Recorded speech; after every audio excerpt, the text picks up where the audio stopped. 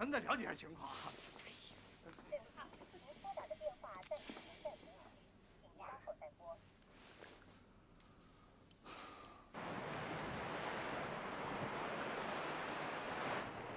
喂，你好吗？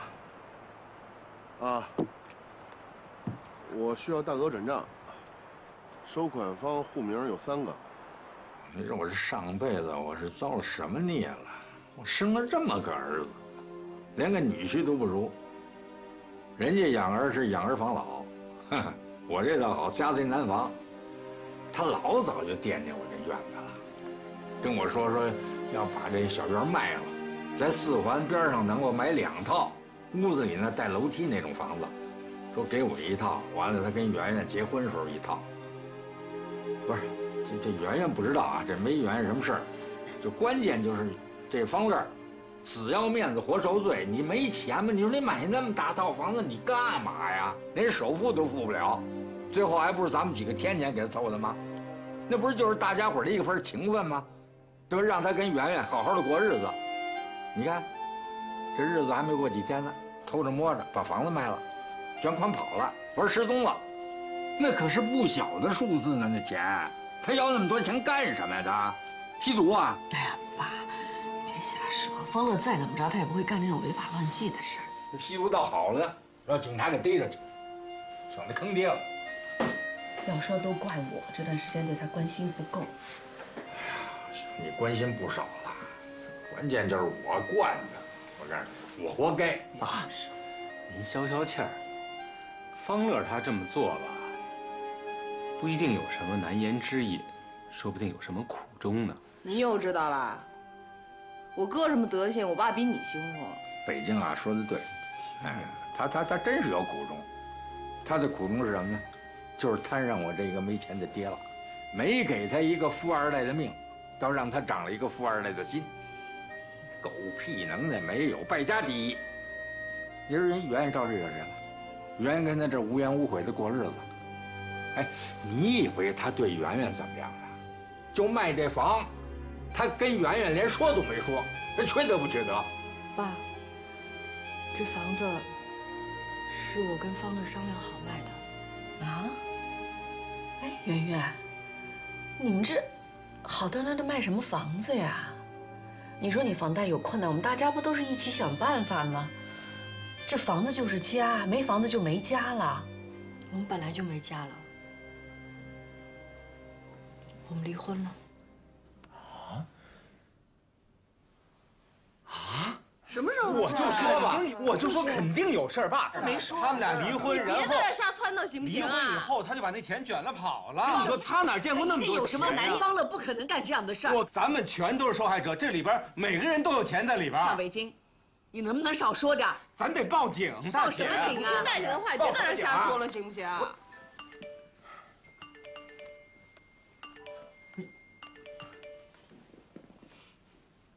哟，这谁呀？给我打那么多钱？个十百千。邵美静，你这里边也进钱了？贝贝，钱收到了吧？你放心吧，我跟你爸在一起啊。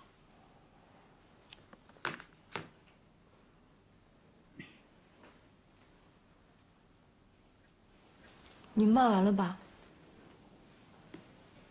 该轮到我骂他了。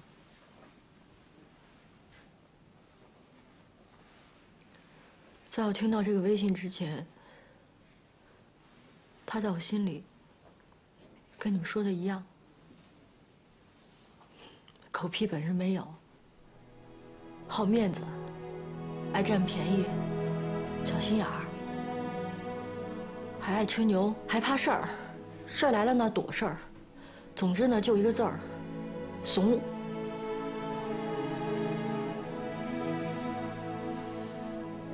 就这么一个怂人，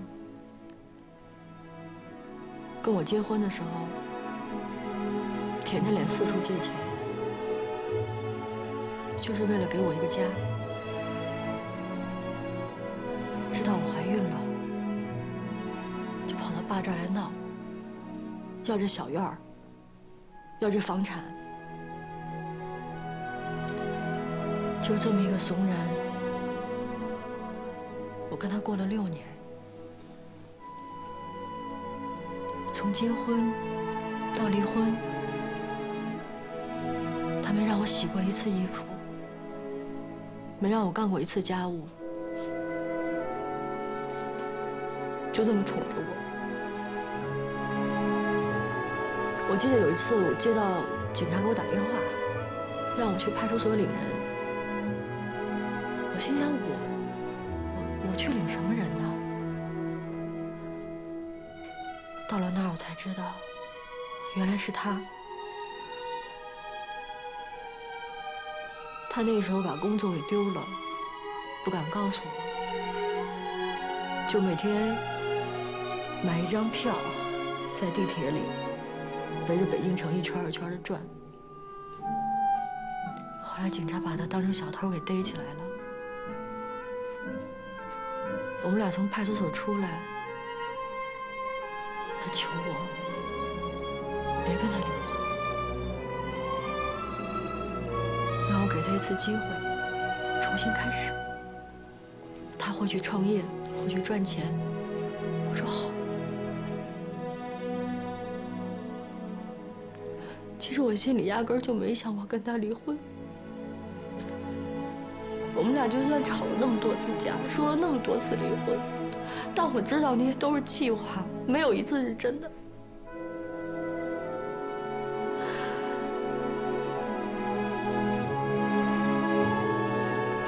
后来发生的事儿，你们也都知道了。就在那天，他很平静地跟我说：“圆圆，咱俩还是离了吧。”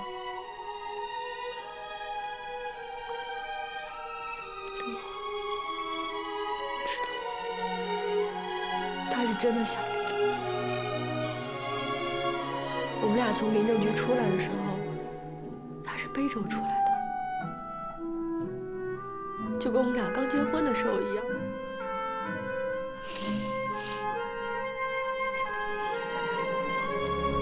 他说：“咱俩再吃顿饭吧，再看场电影吧，就当是散场电影，散伙饭。”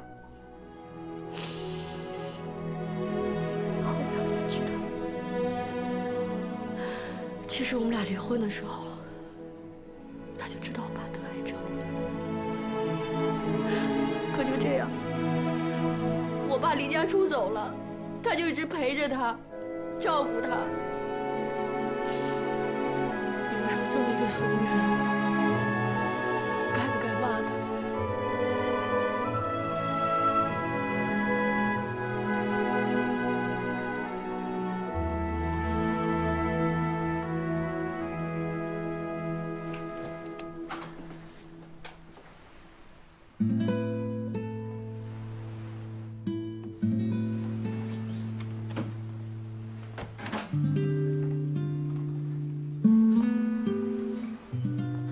样，爸，这房间不错吧？我特地跟酒店订的，面朝大海，还能看日出，特美。这房得多少钱一天？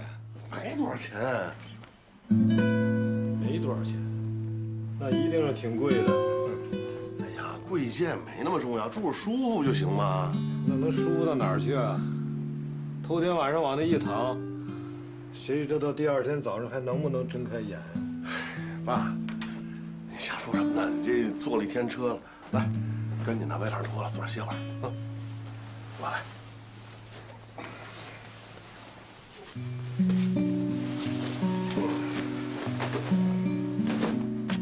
方乐，你恨爸吗？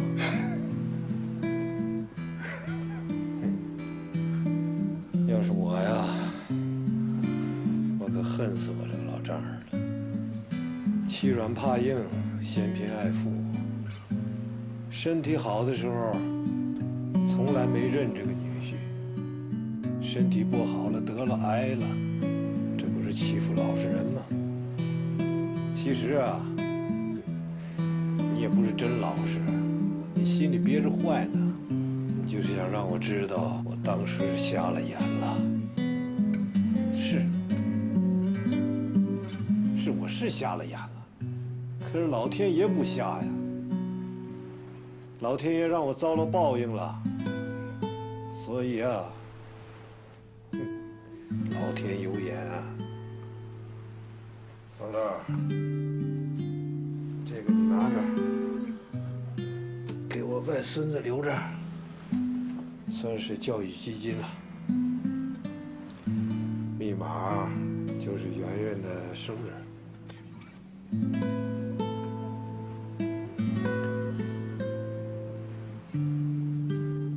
爸，这个呀，我不能要。您要真想给啊，我得亲手给您外孙子。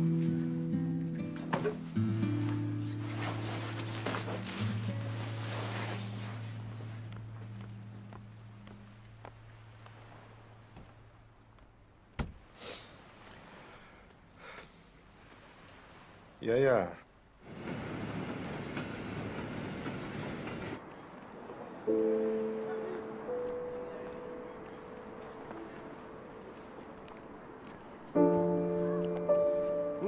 我才来呀，等半天，吃晚点了。哎，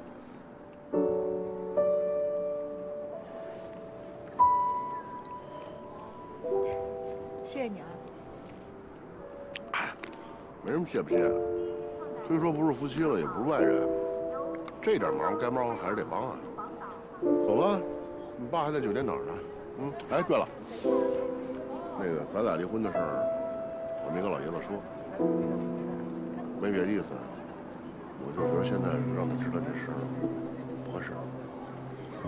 对，我也没跟我妈说。那你们家人那边？你放心，我们家没人说。唐红是吗？你这走。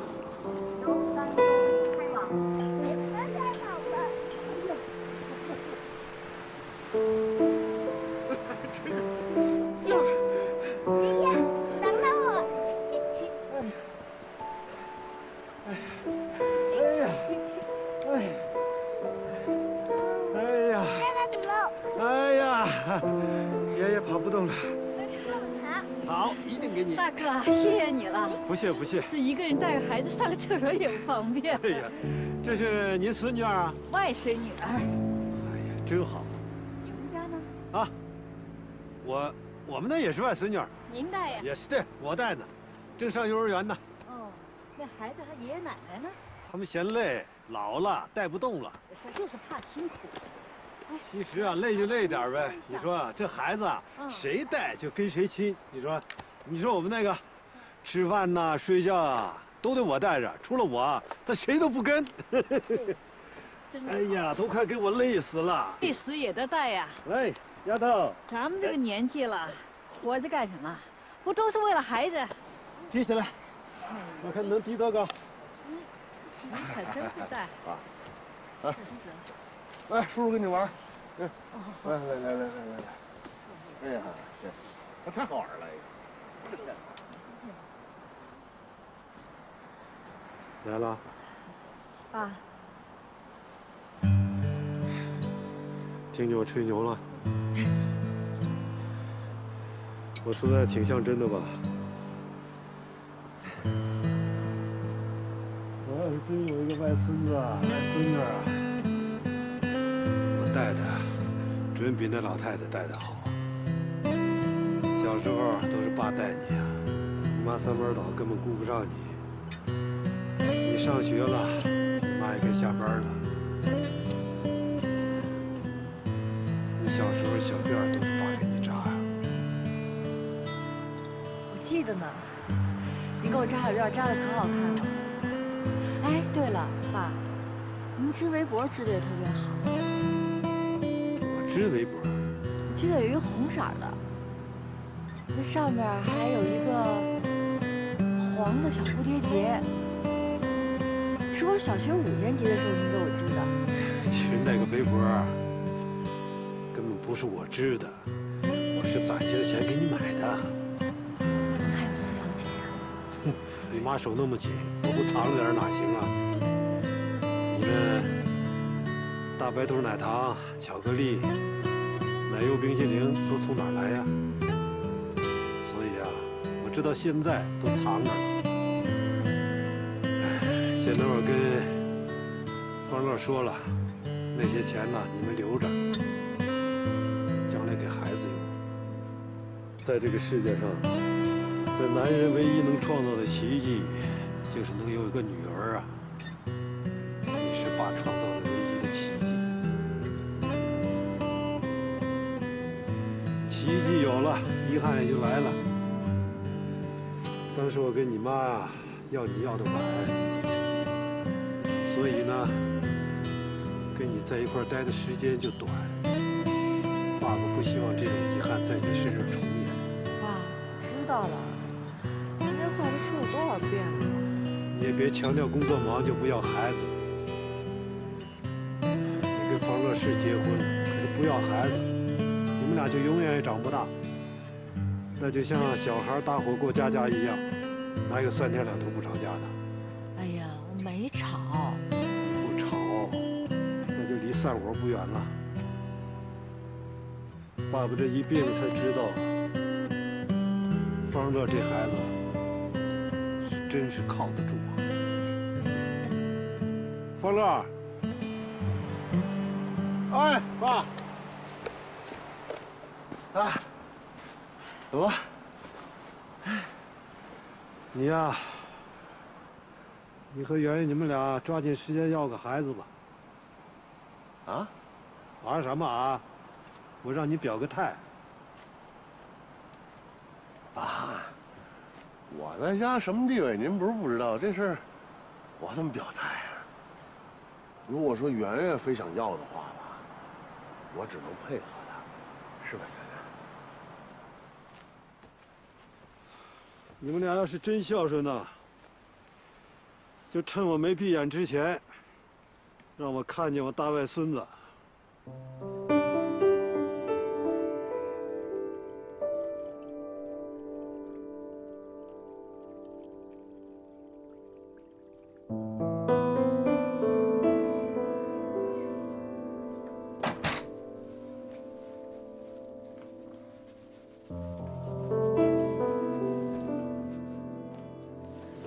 虽然挺俗的，哎呀，但是该说的话我还是得说。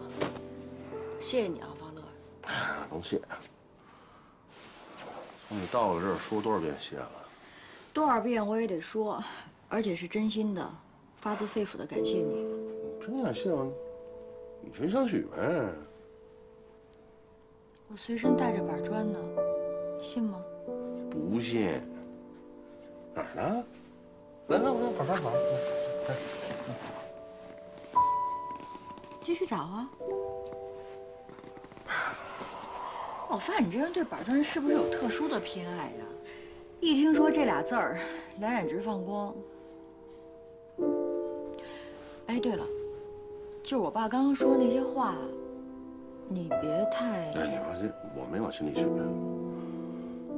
咱俩离都离了，还不能为了要个孩子，再继续凑合一块对付我呀。懂就好。我觉得跟你相处起来，现在反而更有亲人的感觉。作为亲人，我提醒你一下，这婚都离了，将来万一你遇到什么事儿，别太冲动了。回头你进了派出所，我可没有义务去领你了。谁领我也轮不到您领我呀！您说我什么人啊？再领我那人我下一个人啊！您放心，不麻烦您。哎呀，不早了，撂着啊，睡吧。哎呀，啊，那边都给您铺好了。哎，不对，那凭什么我睡那儿去？这房是我订的。哎，行，你别动，哎，我睡那儿。我习惯睡这儿了，你忘了我在咱们家原来那地儿，我就睡了半年沙发呢，我睡着习惯舒服。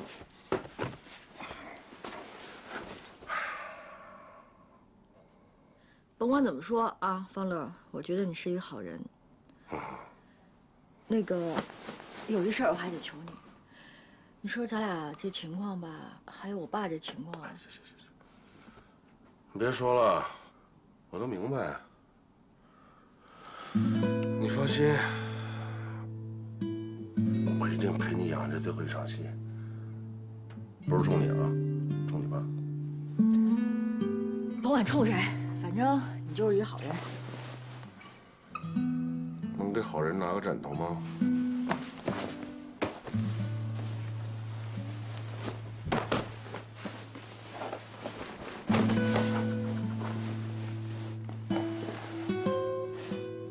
好了，美女，晚上就到家了啊！笑什么呀？啊？哼，我告诉你，你妈当年可是绝对的美女，唱歌、跳舞啊，唱样板戏啊，样样都行。我们厂里的黑板报啊、画啊，都是她写，美女加才女，嘿，往哪一走啊？跟你说，按现在的话说，那就是一道亮丽的风景线。当时追她的小伙子，跟你说，都不差一个排。哎，还不算那些个背后里偷偷喜欢的那些个。有那么夸张吗，爸？那一个排40多人呢。哎，你说说，是我现在漂亮，还是我妈当年年轻的时候漂亮？那当然，你妈年轻的时候漂亮。我跟你说，那时候的美女都不化妆的，都是纯天然的，不像现在的，你说整个容的。整完了之后，连自己亲爹亲妈都不认她是谁了。我可没整容啊，我纯天然的。对，爸，这演员平常化妆那是工作需要。你说他们电台那单位，你要真有一个不化妆，那倒成怪胎了。我还是觉得不化妆好看。当年你妈就从来不化妆，就抹点雪花膏，大老远的就能闻着雪花膏的味儿。那雪花膏那么香，绝对是劣质的。不是爸，我意思是什么呢？就是，那是我妈在您心中的味道。哎，你跟我说说呗，当初你用了什么大招把我妈追到手的？爸，说什么绝招，分享一下。要想追到美女呀，那就得费点心思，是吧？美女是什么呀？美女就是女神啊！你把美女请回家了，你就得供着她，是吧？养美女啊，就像养花一样，你得小心伺候她，她才越长越好，不是？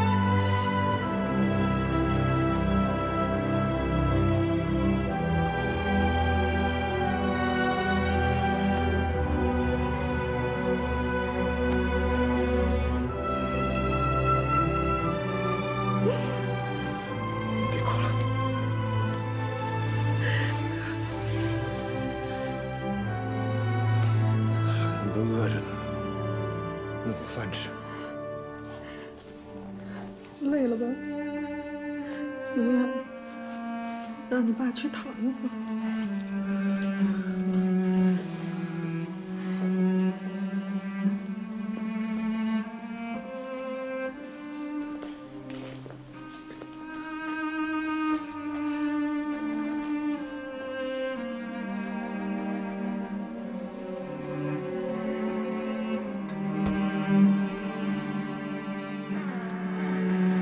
方乐，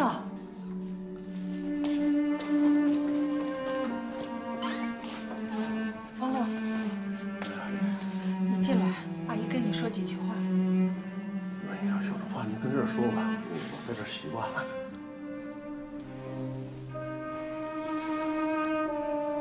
方乐，你是个懂事的孩子。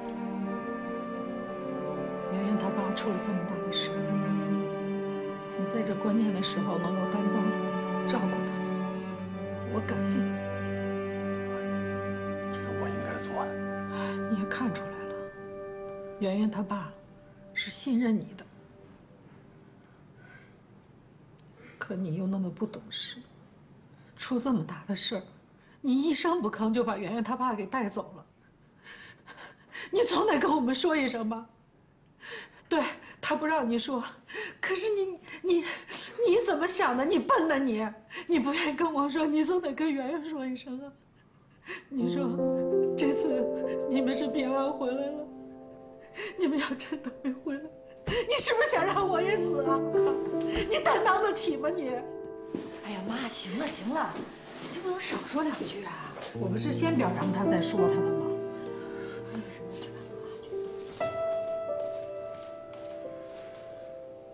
叔叔刚回来，让好好歇吧。我有事儿先走了。哎，你进来，我有话跟你说。有话跟这儿说吧。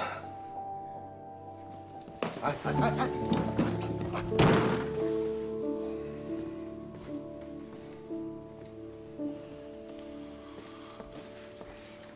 这人就那脾气。说话不爱听，你也知道，别往心里去。加上我爸这事儿，他心里也挺难受的。没事，我没往心里去，我都习惯了。你就照说这事儿，没事，那我先走了。你上哪儿去啊？我这俩圈儿还没回我爸那儿呢，我回去看我爸去。这些天可能还有好多事儿需要麻烦你。咱们不商量好了吗？我再陪你演完这最后一场戏。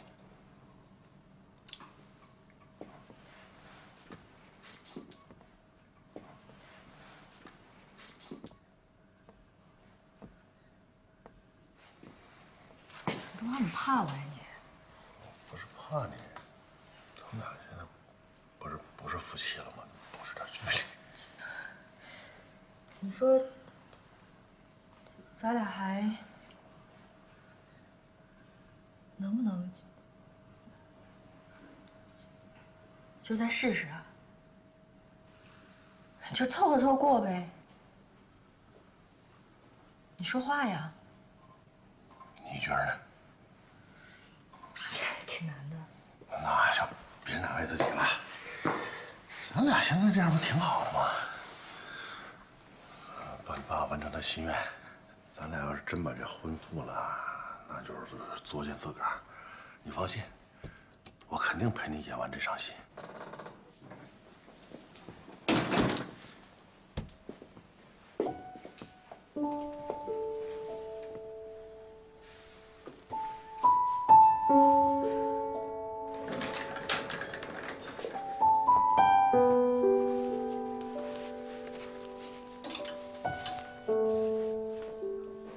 说我这病得的啊，因祸得福了，这待遇一下就提高了。轮着你这么照顾我，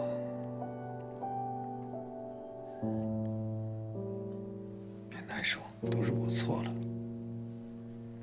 不该让你担心。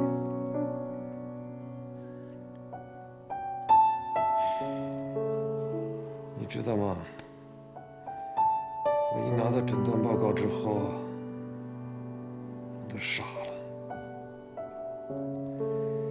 我在医院大门口待了半天都没缓过神儿来。我心想，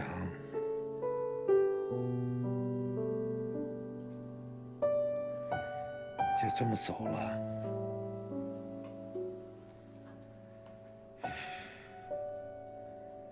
才60刚出头啊，这好日子真没过够呢。我在大街上逛的时候，我就想，你说我这一辈子哈，上山下乡插过队，到了工厂呢，端上了铁饭碗，后来呢，娶了你。 又有了咱圆圆，按理说啊，应该知足了。可是我不知足啊，真的没活够，真是还想活呀。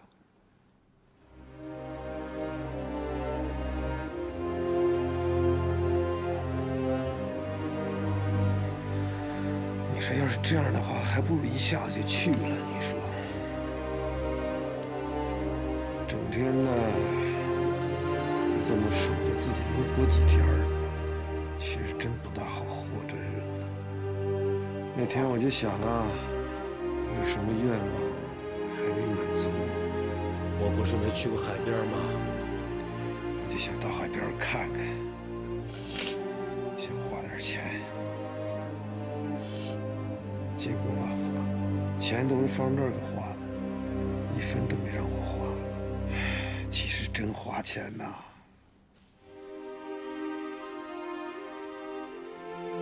舍不得，舍不得钱，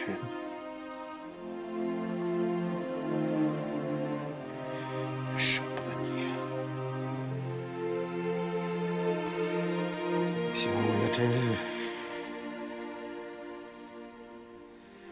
这要是撒手走了，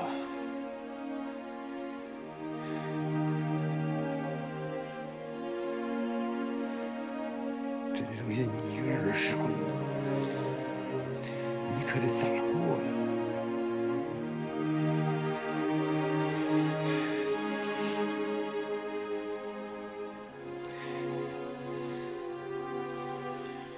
谁给你担担责也好，是吧？我告诉你，老家，你得给我好好的活着。我就是得了癌症嘛，那得癌症的人多了。 他们不都活得好好的，没一个去见马克思。再说了，那诊断不一定真，也可能误诊了。错不了，我亲眼看的好几回了。那你也不该一声不吭就把我们扔下你就走。你说你一声不吭，扔下一封信你就走，你这辈子也没给我写过信。 第一封信就是给我写的遗书。老贾，我都跟你过了30多年了，你说大难临头，你怎么就那么信不过我？不想让你知道，让你难受，知道吗？你这么大的事儿，你跟方乐说，你都不跟我说。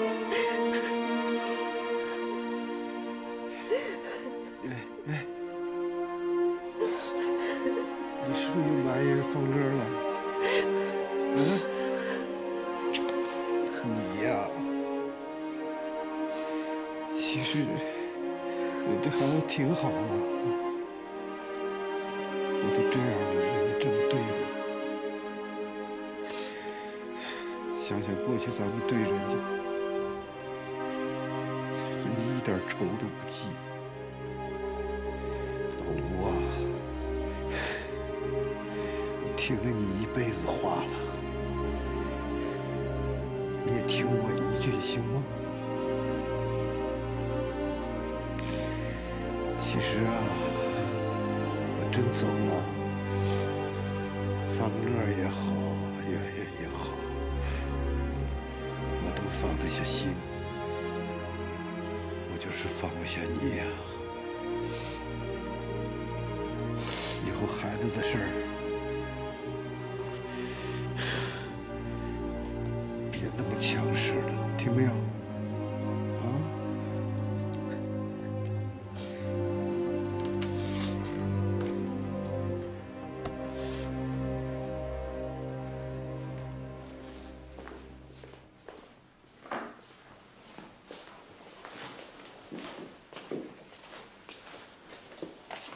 月兰，刚才你爸的话你都听见了吗？你听得特别清楚。他现在病了，情绪不稳定，他的话不要当真。我觉得现在最关键的，是咱们俩要统一一下。我不知道你跟方乐现在的关系是什么，可是你在你爸面前要演一出恩爱的戏给你爸爸看。他现在最大的心愿就是想让你跟方乐好。那您是希望我们俩真的好，还是希望我们俩只是演一出戏给我爸看呀？当然是演戏了。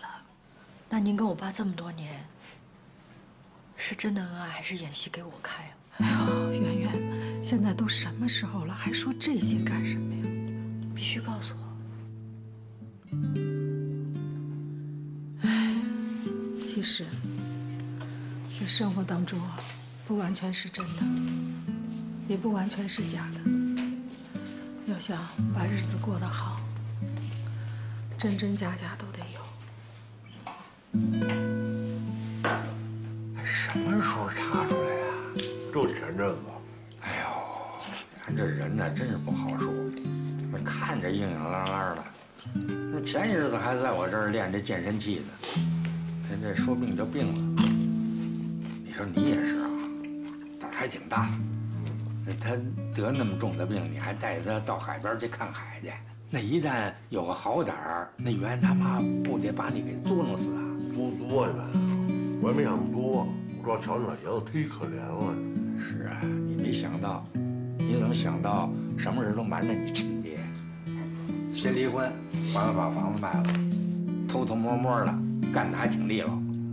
哎，你就不怕我着急一口气上不来背过去了？哎爸，你瞎说什么呢？您心理素质多强啊！呸，素质好。爸，我主要还是不想让你跟人操心。我也没想到那中介这么快带人看小院来了。您放心啊，我已经给你们公司打电话了，我要找他们领导严肃的批评他们了。打今儿起，再也不会有人惦记你这小院儿。哎呀，除了你没别人惦记着。哎，那房卖的钱呢？啊，还呢？那个你给我给你存着，你手里不能有钱。那么大一笔钱，只能带身上。您放心吧，我回头一定打听卡上去啊。你给圆圆多少？一半。那首付款跑了吗？爸，现在这房价都涨成什么样了？我这房子卖了就赚钱了，赚不少呢。首付款这事儿你就别计较了，反正咱们也没吃亏。什么没吃亏呀？你要是再结，你就是二婚了。你缺心眼儿啊？二婚怎么了？您也真不了解行情。现在就大街上那90后那小闺女啊，就喜欢找我们这二婚的，满大街嚷嚷我找二婚，我找二婚，二婚也特别吃得开吧？啊，您放心，对，你那儿子也不是缺心眼儿啊，这叫善良。咦，行，善良。你说你前老丈人老丈母娘，啊，就那么欺负你，都离了婚了，你还尽心尽力的去伺候人家，还带着贾星光到海边去。哎呀，你说你这不是有病吗？我跟你说，以后要是有人再说你没本事，我就跟他急。谁说你没本事啊？缺心眼儿就是本事。反正我是你儿子，缺心眼儿还是善良，我都随您挑一个。我告诉你，你就那嘴呢，你这能糊弄我？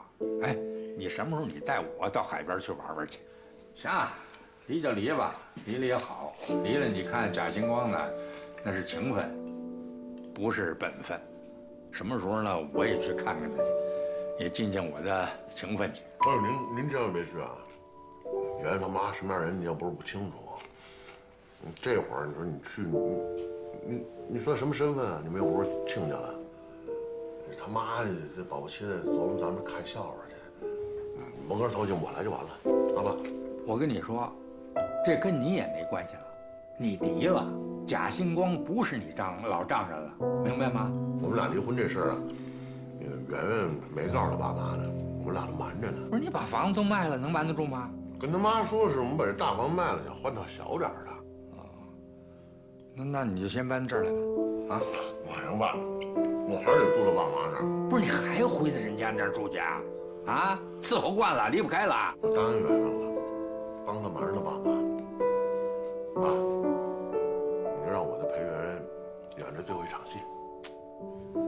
儿子，你什么时候对我这样就行了。爸，您这身子骨硬，慢慢的。我身子骨能不硬了吗？就你们这3个，没一个叫我省心的，我不敢病。哎呀，爸，我这开了1天车，累死我了。你过来还有，你给我盛点吧。你说你开了1天车，贾星光就不管你一顿饭吃啊？啊？你跟我说说，你从结婚到离婚，你在贾家吃过多少饭？吃过1顿吧。哦，姐姐，我想回家，牵着我的手，我有些困了。哦，姐姐，我想回家，牵着我的手，你不要害怕。哦，姐姐，带我回家，牵着我的手啊。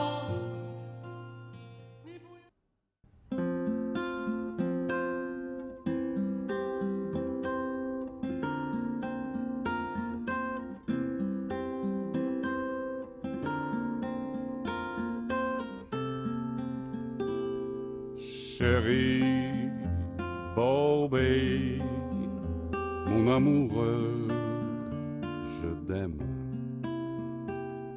宝贝，我对不起，把你带到这个世界。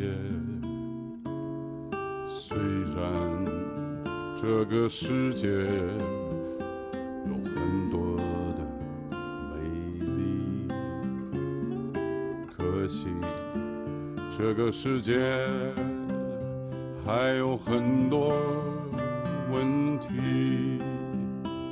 Chérie， 我无能为力，解决问题要靠你自己。宝贝，你要懂得，世间美丽在你心里，在我心里。